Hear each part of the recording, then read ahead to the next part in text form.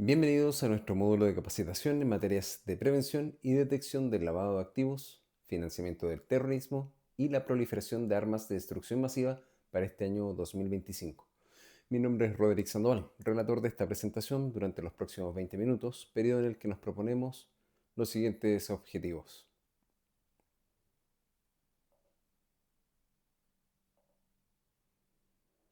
Primero, buscamos cumplir con lo normado en la Ley 19.913 y la circular número 62 de la Unidad de Análisis Financiero, en adelante por sus siglas UAF, en el sentido de capacitar a todos los integrantes de la organización, sean estos directores, socios, gerentes, representantes y colaboradores, al menos una vez al año en materias de prevención y detección de lavado de activos, financiamiento del terrorismo y la proliferación de armas de destrucción masiva. Luego, buscamos entregar e instruir a todos los colaboradores en los contenidos tratados en el Manual de Prevención de Lavado de Activos, Financiamiento del Terrorismo y de la Proliferación de Armas de Destrucción Masiva de la organización. Y finalmente, la idea es difundir, es decir, enterarlos del estado actual de implementación de nuestro sistema de prevención y detección de lavado de activos y del financiamiento del terrorismo.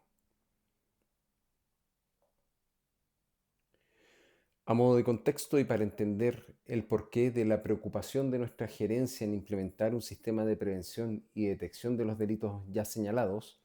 debemos tener en cuenta que el año 2003 y mediante la entrada en vigencia de la Ley 19.913, que es la Ley de Prevención de Lavado de Activos y Financiamiento del Terrorismo, se crea la Unidad de Análisis Financiero, por sus siglas UAF, la cual tiene como tareas emitir normas e instrucciones, controlar y fiscalizar a los sujetos obligados y sancionar cuando estos sujetos obligados no dan cumplimiento a la norma.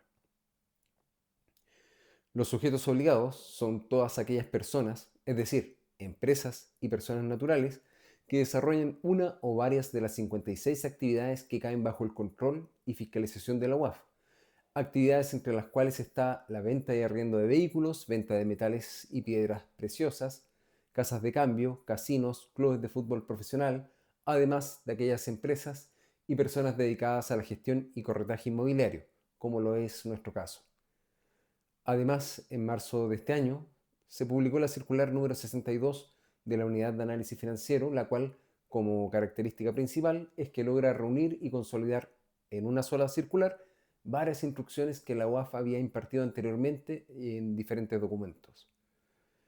Respecto a las sanciones señaladas en la Ley 19.913 para aquellos que no cumplan con lo normado, se contempla la aplicación de multas que pueden llegar hasta las 5.000 unidades de fomento y que tiene como consecuencia añadida el daño reputacional de verse involucrado o asociado a delitos de lavado de activos o financiamiento del terrorismo, la posible responsabilidad penal de la empresa, la de sus representantes o de todo integrante con capacidad de control y, bueno, la de cualquiera de sus colaboradores. Y lo que resulta muy perjudicial es el condicionamiento o suspensión de servicios que brindan socios claves como bancos y asociaciones que también están bajo el control de la OAF y lógicamente buscan no asociarse o prestar servicios a entidades involucradas en delitos. No obstante, para seguir avanzando y a la vez tener una mejor comprensión de aquello que buscamos evitar y detectar, es necesario revisar algunos conceptos como lavado de activos, su definición y sus etapas, financiamiento del terrorismo, su definición y sus fases, y la proliferación de armas de destrucción masiva, su definición y sus tipos. Por lavado de activos debemos entender todo proceso mediante el cual se busca ocultar o disimular el origen ilegal de bienes, dineros o recursos obtenidos a través de actividades delictivas, con el propósito de hacerlos parecer legales y así introducirlos a la economía legal.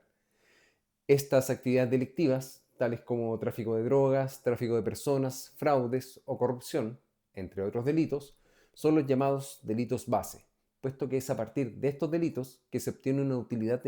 o ganancia, la que luego se busca ocultar o disimular y darle la apariencia de legalidad e incorporarla a la economía. El lavado de activos, como cualquier otro proceso, tiene etapas. La primera etapa es la colocación, etapa en la cual el dinero obtenido a partir de una actividad delictual es depositada, por ejemplo, en una cuenta corriente, es decir, se introduce al sistema financiero. Luego, en una segunda etapa, llamada estratificación, el dinero se transfiere a diferentes destinatarios y estos a la vez a otros destinatarios, con el propósito de hacer más difícil rastrear el origen del dinero. Y finalmente llegamos a la etapa de integración, etapa en la cual el dinero disperso en diferentes cuentas retorna al poseedor original, que es quien busca darle apariencia legal a este dinero y que lo recibe o incorpora a su cuenta corriente en forma de pago de un servicio que generalmente es de difícil control y fiscalización. Por ejemplo, arriendos, utilidades de un colectivo, premios en juegos de azar, entre otros. El financiamiento del terrorismo se define como todo apoyo financiero o logístico, directo o indirecto, legal o ilegal, a actividades terroristas, incluyendo la solicitud de recaudación o provisión de fondos para cometer un acto terrorista. El financiamiento del terrorismo, tal como el lavado de activos, también tiene etapas o fases. La primera fase es la captación. En esta etapa se obtienen los recursos a través de actividades legales o ilegales, como donaciones o ganancias, a partir de la venta de productos y servicios legales o ilegales. La segunda fase es la transferencia, en la cual, usando medios complejos, se busca ocultar el origen y el destino final del dinero. Y la fase final es el uso, paso en el cual los fondos o dineros transferidos ahora son utilizados en la adquisición de armamento, explosivos, propaganda, pago de salarios u honorarios y el pago de los gastos operativos de estos grupos. El financiamiento de la proliferación de armas de destrucción masiva se define como la transferencia y exportación de armas o sustancias o insumos para producirlas, con el poder real o potencial de causar la muerte o daño de un gran número de personas. Dentro de este tipo de armas encontramos las armas atómicas, que son explosivos con un gran poder destructor y amplitud en el daño que provocan. También están las armas radioactivas, que son aquellas que debido a la inestabilidad de sus átomos expulsan isótopos radiactivos, que son partículas muy pequeñas que al chocar con tejido vivo, ya sea animal o vegetal, provocan lesiones y daños, además de tener un efecto contaminante sobre objetos y personas que se aproximen a estos elementos contaminados. Las armas químicas son sustancias que desarrolladas en laboratorios y luego vertidas en fuentes de agua o derramadas en la tierra o liberadas en el aire, tienen el potencial de provocar lesiones o la muerte al entrar en contacto, al aspirarlas o al beberlas. Tenemos como ejemplo el uso de cloro que en su forma gaseosa y al tomar contacto con la piel provoca irritación, quemaduras, lesiones en el tracto respiratorio e intoxicación, tal como se usó en la Primera Guerra Mundial. Y finalmente tenemos las armas biológicas, que consisten en el desarrollo o uso de agentes u organismos biológicos para provocar intencionadamente enfermedades en un grupo de personas. Como ejemplo, podemos citar la crianza y liberación de pulgas transmisoras de la peste bubónica, esto en el contexto de la Segunda Guerra Mundial. Ya con estos conceptos en mente, pasaremos a revisar en qué consiste y cómo funciona nuestro sistema de prevención de lavado de activos y financiamiento del terrorismo. Nuestro sistema consiste en un conjunto de elementos que son procedimientos, información relevante, informes a la autoridad, cargos con responsabilidades, enseñanza y capacitación y las personas. Elementos que trabajando juntos y de forma coordinada logran prevenir o detectar hechos que tengan características de los delitos de lavado de activos, financiamiento del terrorismo o de la proliferación de armas de destrucción masiva. Estos elementos son el oficial de cumplimiento, el manual de prevención y detección de los delitos de lavado de activos y financiamiento del terrorismo y la proliferación de armas de destrucción masiva, la debida diligencia del cliente, los reportes, los registros, la capacitación, la gestión de riesgos y el elemento más importante, las personas. El oficial de cumplimiento es aquella persona que coordina a los integrantes de una organización con el propósito de prevenir y o detectar lavado de activos, financiamiento del terrorismo o proliferación de armas de destrucción masiva. Para desempeñar este rol se deben cumplir ciertos requisitos como no haber sido condenado por la comisión de los delitos de lavado de activos o financiamiento del terrorismo o de algunos de los delitos base. Además, se debe ser mayor de 18 años y tener una preparación y conocimiento en el tema. La designación de la persona en este cargo consiste en una comunicación formal del representante legal a la UAF, indicando el nombre, RUT y cargo de la persona que desempeñará la función. El oficial de cumplimiento tiene deberes y tareas, posee independencia y autonomía para resolver situaciones, para investigar y comunicarse con la UAF. Además, coordina diferentes áreas de la organización y reporta hechos relevantes a la UAF. Responde y realiza consultas internas y externas, gestiona los riesgos que afectan a la organización, es decir, que les da el mejor tratamiento, y es responsable de responder en procedimientos de fiscalización ante la UAF y de realizar la capacitación de todas las personas que trabajan en la organización. El manual de prevención es el documento que señala las normas que se deben considerar, define los cargos y sus responsabilidades y tareas en la prevención y detección de estos delitos. También debe contener todos los procedimientos, es decir, todo el paso a paso desde cómo se aprueba el mismo manual, cómo se designa al oficial de cumplimiento, cómo se hace un reporte, cómo se investiga, cómo se capacita, en fin, debe describir todos los pasos para lograr prevención y detección de los delitos. Este manual debe ser actualizado al menos cada 2 años o cuando haya una variación o modificación de la norma. El manual es parte del contenido mínimo para la capacitación y debe estar disponible para la revisión y consulta de todas las personas que trabajan en la organización. La debida diligencia del cliente, conocida por sus siglas DDC, es el deber de conocer a nuestro cliente, de establecer acciones mínimas como verificar la identidad de nuestro cliente, averiguar por qué y para qué adquiere nuestro servicio y no otro, cuáles medios de pago usa, de dónde provienen sus recursos, cómo genera los recursos, cuál es su domicilio, entre otros datos. Nuestra obligación, además, es la de generar un registro que llamaremos ficha de cliente y que se aplica cuando cualquier persona o empresa nos realiza un pago superior a los $3.000 a la fecha de la transacción o en un periodo determinado, o cuando haya una relación de carácter permanente con el cliente, o cuando haya sospechas de lavado de activos y financiamiento del terrorismo sin necesidad de que se cumplan las condiciones anteriores, es decir, de que haya una transacción igual o superior a $3.000 o que la relación con el cliente sea permanente. Además de averiguar la información señalada, debemos saber si se trata de una persona expuesta políticamente, por sus siglas PEP, es decir, una persona que ocupa un cargo relevante de dirección en alguna repartición, organismo, institución o empresa del Estado, aquellos que los pueden subrogar y además sus familiares hasta el segundo grado de consanguinidad, es decir, hijos, hermanos, nietos, abuelos y cónyuges de estas personas, puesto que para operar con estos clientes debemos siempre solicitar la autorización de la gerencia. También debemos saber si nuestros clientes aparecen en las listas de sanción del financiamiento del terrorismo, que son las listas que pone a disposición el GAFI, Grupo de Acción Financiera Internacional, y la ONU, la Organización de las Naciones Unidas. De igual forma, debemos saber si sus fondos provienen de algún país con régimen tributario preferente, es decir, países donde no se paga o el valor que se paga por concepto de impuestos es muy bajo en comparación a otros países y que atraen una mayor cantidad de entidades, personas y empresas que deciden trabajar u ofrecer sus servicios desde esos países. Y bueno, el problema es que hacerles control a estas empresas respecto del origen de sus fondos es muy difícil. Adicionalmente, es siempre recomendable averiguar si poseen algún requerimiento penal en las listas de la PDI, si están impedidos de trabajar con menores o si tienen algún comportamiento que nos puede indicar la posible comisión de los delitos de lavado de activos y o financiamiento del terrorismo. De esta forma y conforme al perfil de cada cliente es posible asignarles un nivel de riesgo. Por ejemplo,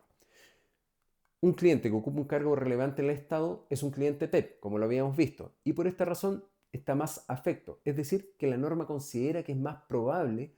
que se vea involucrado en casos de corrupción y por tanto con la necesidad de lavar dinero. De este modo, le asignaremos un nivel de riesgo alto y debemos poner doble atención a su comportamiento y aplicaremos medidas reforzadas para conocerlo.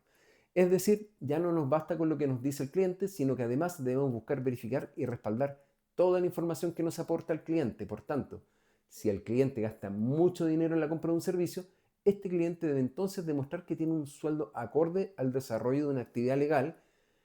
Por otro lado, si nos informa un domicilio, debe aportarnos un comprobante. Si nos dice que su empresa le aporta los recursos, entonces debemos revisar su declaración de IVA mensual,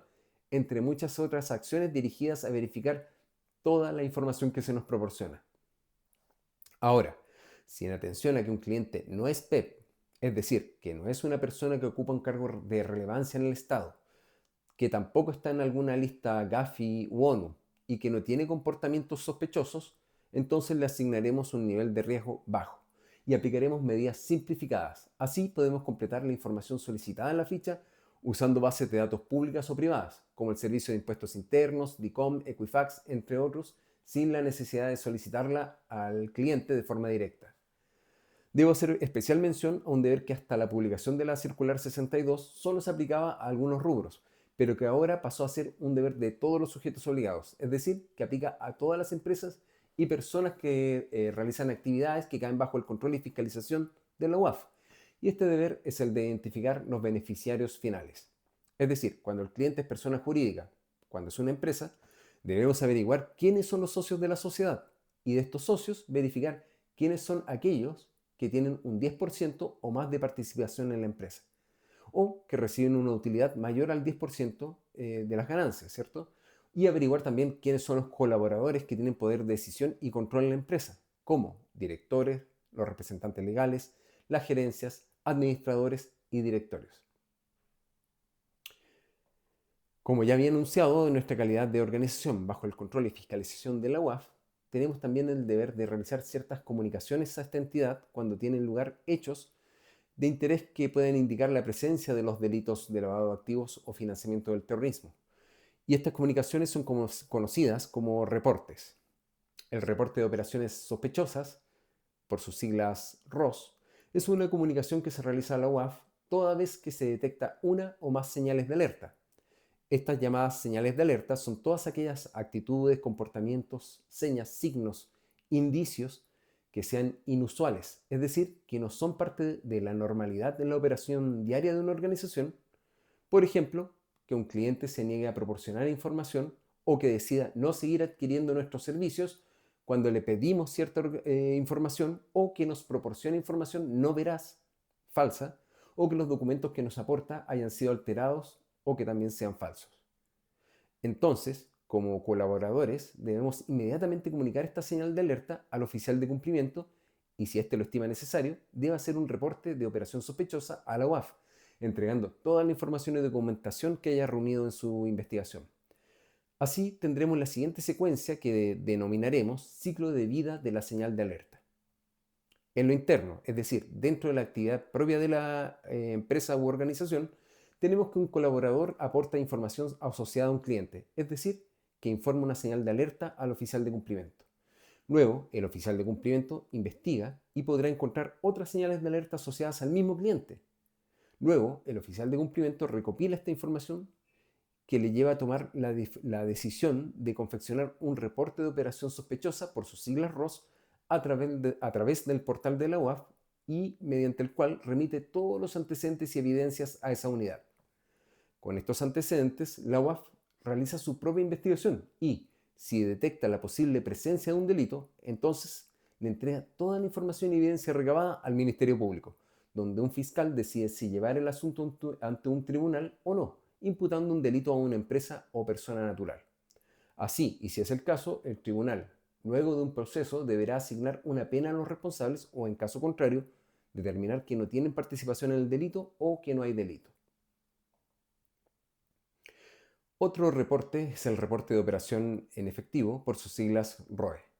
La circular 62 de la UAF nos instruye que cada vez que un cliente nos hace el pago de un bien o servicio en efectivo por un valor superior a $10.000 a la fecha de la transacción, ya sean dólares, pesos chilenos o cualquier otra moneda extranjera o criptomoneda, entonces debemos solicitarle información respecto del origen de ese dinero, sobre la identidad del cliente, su domicilio, entre otros datos, e informarlo, es decir, reportarlo a la UAF. O en caso contrario, de no haber un pago o ingreso de dinero superior a estos $10.000 en el periodo de un semestre, también debemos comunicarlo a la UAF y hacer un reporte de operaciones en efectivo negativo, por sus siglas un ROE negativo para ese periodo. De todo lo anterior, es decir, de los reportes de operaciones sospechosas por sus siglas ROS,